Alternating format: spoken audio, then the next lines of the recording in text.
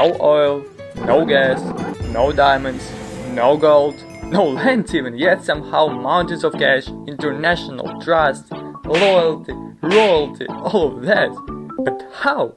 How did a tiny landlocked nation without resources, without much farmland, became one of the wealthiest places on earth? Oh, hold up, that speaks of Switzerland, my bad. So how did a tiny landlocked nation without resources, without much of farmland, became one of the wealthiest places on earth? And except money, Luxembourg has something else. Chill relationships with everyone. Have you seen this country in some conflict? Some drama going on in there? No! Because everyone has already been inside it. What was the deal there? Luxembourg was like a football ball. Not always kicked, but always passed around. From the very beginning, it was in a way, and it couldn't protect itself.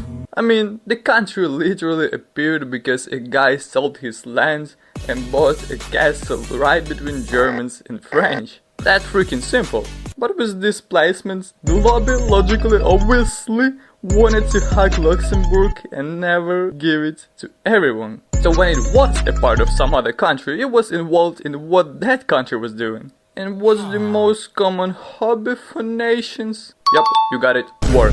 So Luxembourg was with everyone. The Spanish owned it, the French owned it, the Austrians owned it, the Dutch owned it, the Germans owned it. Sweet piece of potato that everyone wanted. However, then at some point, European progressivism kicked in and the higher people were like, just let it keep it already. So Luxembourg became independent, stayed neutral, didn't bother anyone, and quietly started building their own empire. Unexpectedly not the evil one, with no big revenge plan. While everyone else was with their kind, family-friendly favorite time spent in activity, Luxembourg was quietly cooking something up. And what was the big plan? Remember I said, no diamonds, no gold? Well, they had something better. They found iron. Yep, not the best armor, but it will do. And now, think about how many other stuff you can make with iron. They built giant steel factories and started selling steel all over the world. You can see it in the world's tallest skyscraper in Dubai, in buildings in New York City. Honestly, seemed like they made it. Until Asian kids started mining iron and producing steel like crazy and also selling it for cheap. The big Luxembourg needed something new. New ideas, new brainstorm. Quick, what do we got? Well, what if we just started holding other countries' money and money of insanely rich people? What? Other countries make money by selling things like cars, oil, food. Luxembourg, on the other hand, makes money by holding that cash. Let's say a giant company or even a very wealthy person looks for a safe, stable place to keep his quids. They put it in Luxembourg Bank. You know what they say? You hold butter in your hands, you give it away, but the grease stays on your hands. I just came up with it. Pretty genius, I think. And that's basically how Luxembourg now makes money. There are over 140 banks. That's like, what, one bank for every 4,500 people. Folks surely like investing their money there.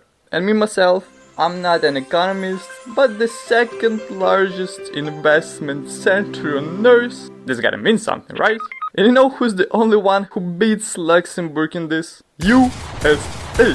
Which now for sure means that the little guy got some trust. Everyone so unhesitatingly puts their money there because it's incredibly stable. Luxembourg is very peaceful, not conflictual, and it offers low taxes, which of course attracts big businesses. It's basically where rich people park their money to avoid paying taxes. But don't get tricked, Luxembourg ain't so naive.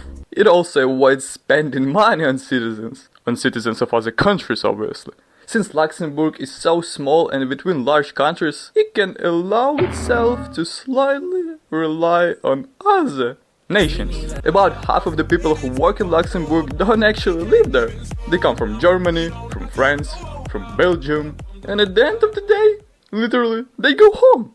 Every day, go and come back. Over 150 100,000 people crossed the border to go to work. Yeah, not if there was some border to cross, but anyway, that's half of all the workers in Luxembourg. It's a nice money glitch when you think about it. These people pay taxes in Luxembourg, spend money in Luxembourg, make the economy of Luxembourg grow, but then they go back to their home countries. And so Luxembourg doesn't have to pay for their education, healthcare, and so on. But frankly put, why would those people want to live in there? It's damn it expensive. More expensive than Germany, France, Belgium, that's for sure. It's more expensive than most of Europe, to be honest. With that being said, the country does some good stuff for locals too. Like totally free public transport. Bus, tram, train, whatever you want, everywhere in the country without spending a buck. Why did they do it though? Like they surely could have made some money out of it. But why not? They have enough income to do some good. I would call that charity. But now a question. Was Luxembourg's success just luck? I mean, they've got lucky to find iron, they've got lucky not to get invaded. But, however, it was their own decisions of what to do with that iron, what to do despite iron, to be or not to be involved in conflicts, let workers from neighbor countries in. So yeah, not sheer luck for sure. Ayo, also just a fun fact, they have like 3 official languages. Luxembourgish, French and German. That's kind of dope.